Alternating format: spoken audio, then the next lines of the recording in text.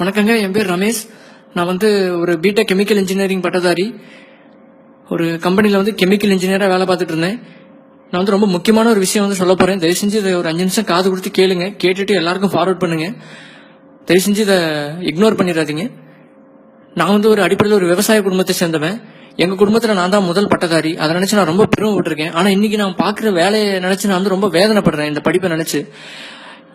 என்ன விஷயம்னு பார்த்தீங்கன்னா, நம்ம சாப்பிட்ற சாப்பாடு பண்டங்கள் எல்லாமே இன்னைக்கு ரொம்ப கெமிக்கல் மயமா இருக்கு.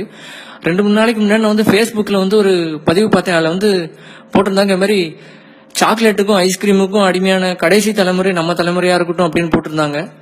அதை படிச்சுட்டு நான் நினைச்சேன், என்னடா ஐஸ்கிரீமும் சாக்லேட்டும் குழந்தைங்களுக்கு ரொம்ப பிடிச்ச விஷயம், இது கூட சாப்பிடலன்னா எப்படி, எல்லாத்துலயும் குத்தம் குறை கண்டுபிடிக்கிற மாதிரி இருக்கு அப்படின்னு நினைச்சேன். அப்புறம் அதை பத்தி ஒரு கெமிக்கல் இன்ஜினியரா அதை பத்தி படிக்கிறதுக்காக வேண்டி முயற்சி பண்ணேன்.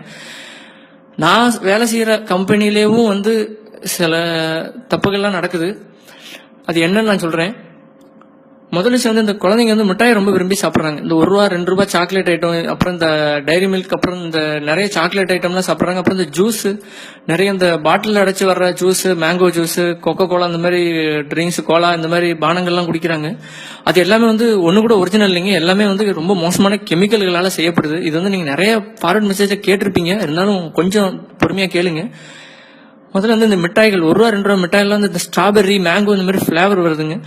அது எதுவுமே உண்மையாலே மாம்பழமோ இல்ல ஸ்ட்ராபெரி பழமோ போட்டா அந்த மிட்டாய் ஒரு ₹10 ₹12 விலைக்கு விற்கணும்.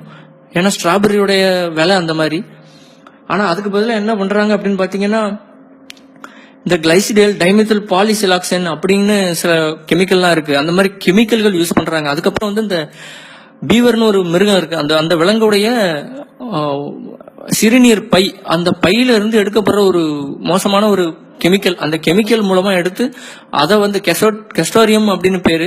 அது நம்மளுடைய பர்ஃபியூம்ல இருந்து நம்மளுடைய சாப்பாடு இந்த மிட்டாயில எல்லாம் சேர்க்கறாங்க. ரொம்ப மோசமான ஒரு விஷயம் அது.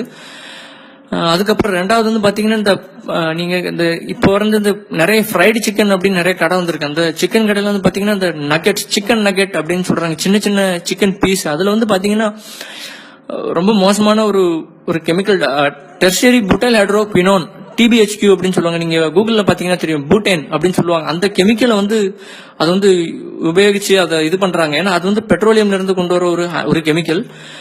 அதுக்கப்புறம் பாத்தீங்கன்னா, நம்ம சாப்பிடுற இந்த ஐஸ்கிரீம், முக்கியமான விஷயம் நான் சொல்லணும்னு நினைச்சது இதுதான். ஏன்னா ஐஸ்கிரீம் குழந்தைங்களோட ரொம்ப ஃபேவரட்டான ஒரு உணவா இருக்கு. நிறைய குழந்தைங்க ஐஸ்கிரீம் சாப்பிடுறாங்க. ஐஸ்கிரீமுக்கு அடிமையா இருக்கவங்க நிறைய பேர் இருக்காங்க. ஆனா அந்த ஐஸ்கிரீம் என்னைக்காவது யோசிச்சிருக்கீங்க, அது ஏன் கெட்டி ஆகாம, இப்ப நீங்க வீட்டுல பால் எல்லாம் சேர்த்து ஃப்ரிட்ஜுக்குள்ள வச்சீங்க அப்படின்னா அது கட்டி ஆயிரும், ஒரு கல்லு மாதிரி ஆயிரும். அதான் ஃப்ரீசிங் அப்படிங்கறதுடைய வேலை.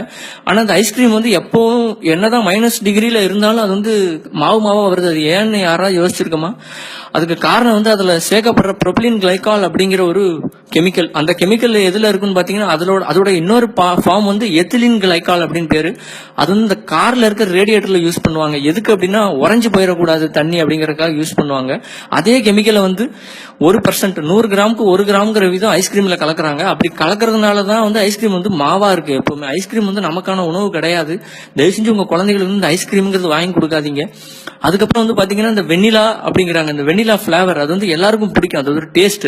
ஆனா அந்த பிளேவருங்கிறது தயாரிக்கிறதுக்கே ஒரு குறைஞ்சது இந்தியாவில மட்டுமே 110 கெமிக்கல் கம்பெனிகள் இருக்கு பிளேவர் தயாரிக்கிறதுக்கு மட்டும். அந்த கெமிக்கல் பாத்தீங்கன்னா, வெண்ணிலா, அப்புறம் இந்த ஸ்ட்ராபெரி, இது எல்லாமே கெமிக்கல். இந்த வெண்ணிலாங்கிறது பாத்தீங்கன்னா வேனிலின் அப்படிங்கிற ஒரு செடியில இருக்கிற ஒரு பீன்ஸ்ல இருந்து கிடைக்கக்கூடிய ஒரு வஸ்து. அந்த பொருளை பாத்தீங்கன்னா, வேனிலினை என்ன பண்றாங்கன்னா, இப்ப சிந்தட்டிக்கா சில கெமிக்கல்கள், பெட்ரோ கெமிக்கல், இந்த குவாகால் அப்படின்னு சொல்லுவாங்க. அந்த பெட்ரோ கெமிக்கல், அதாவது பெட்ரோல் எடுக்கிறோம் இல்லையா, க்ரூட் ஆயில் எடுக்கிறோம் இல்லையா, அந்த க்ரூட் ஆயில் இருந்து டெரைவ் பண்ற ஒரு தயாரிப்பு அந்த கெமிக்கல். அந்த கெமிக்கலை நல்லா ப்ராசஸ் பண்ணி அதுல இருந்து வர்றதுதான் வேனிலின் அப்படிங்கிறது. உண்மையான வேனிலின் ரொம்பவும் காஸ்ட்லியான, இந்த குங்குமப்பூ மாதிரி ஒரு தாவரம் அது. ஏன்னா அது இந்த மடகாஸ்கர், அப்புறம் தென்மேற்கு ஆசியா கண்டங்கள்ல சில நாடுகள்ல மட்டும்தான் அது விளையுது. அந்த வெனிலினை வச்சு நம்ம வெண்ணிலா தயாரிச்சோம் அப்படின்னா பாத்தீங்கன்னா, அது கிட்டத்தட்ட ஒரு கிலோ ₹10,000 இருந்து ₹16,000 விலை வரைக்கும் உண்டு. ஆனா இந்த சைனால இருந்து சிந்தட்டிக்கான வேனிலின் தயாரிச்சு கொடுக்குறாங்க. அந்த வேனிலின் பாத்தீங்கன்னா 1 கிலோ ரூபாய்க்கு தராங்க. அதை தான் வந்து இந்தியாவில் இருக்க பெரும்பாலான ஐஸ்கிரீம் கம்பெனிகள் வாங்கி ப்ராசஸ் பண்ணி தங்களோட ஐஸ்கிரீம்ல சேர்த்து விற்கிறாங்க. நீங்க எந்த ஐஸ்கிரீம் எடுத்துக்கிட்டாலும் அது கெமிக்கலால இது பண்ண ஐஸ்கிரீம் தான். அதுவும் இல்லாமல் பால் வந்து ஒரு 20-30% தான் பால் சேர்ப்பாங்க. மீதி 70% வந்து பாத்தீங்கன்னா இந்த மாதிரி மோசமான கெமிக்கல்கள் போட்டு தான் தயாரிக்கிறாங்க. தயவு செஞ்சு குழந்தைகளுக்கு இந்த மாதிரி மிட்டாய், சுகர் பேஸ்ட் கன்ஃபெக்ஷனரி அப்படின்னு சொல்லுவாங்க, அந்த மாதிரி மிட்டாய் வாங்கி கொடுக்காதீங்க. நான் சொல்ற உண்மையா இல்லையான்னு உங்களுக்கு சந்தேகமா இருந்துச்சுன்னா தயவு செஞ்சு கூகுள்ல போய் தேடுங்க. அதை பத்தி நிறைய பேர் எழுதியிருக்காங்க. எனக்கும் ஆச்சரியமா இருந்துச்சு. நானும் அப்படிதான் தேடி கண்டுபிடிச்சேன். ஒரு கெமிக்கல் இன்ஜினியரா சொல்றேன், தயவு செஞ்சு கெமிக்கலை கொடுக்காதீங்க குழந்தைகளுக்கு. மிட்டாய் வந்து நம்ம ஊர் மிட்டாய், கடலை மிட்டாய், எள்ளு மிட்டாய் எவ்வளவு நல்லது. நம்மெல்லாம் ஒன்றும் நம்ம முன்னோர்கள் வந்து இழிச்சவாங்க இல்ல, நம்மளால கண்டுபிடிக்க முடியாத விஷயம் இல்ல. வெளிநாட்டு பண்டங்கள், இந்த கேக்கு, சாக்லேட்டு தயவு செஞ்சு வாங்கி கொடுக்காதீங்க. ஐஸ்கிரீம் இதெல்லாம். ரொம்ப நன்றி கேட்டதுக்கு. இதை நிறைய பேருக்கு ஃபார்வர்ட் பண்ண மறந்துடாதீங்க.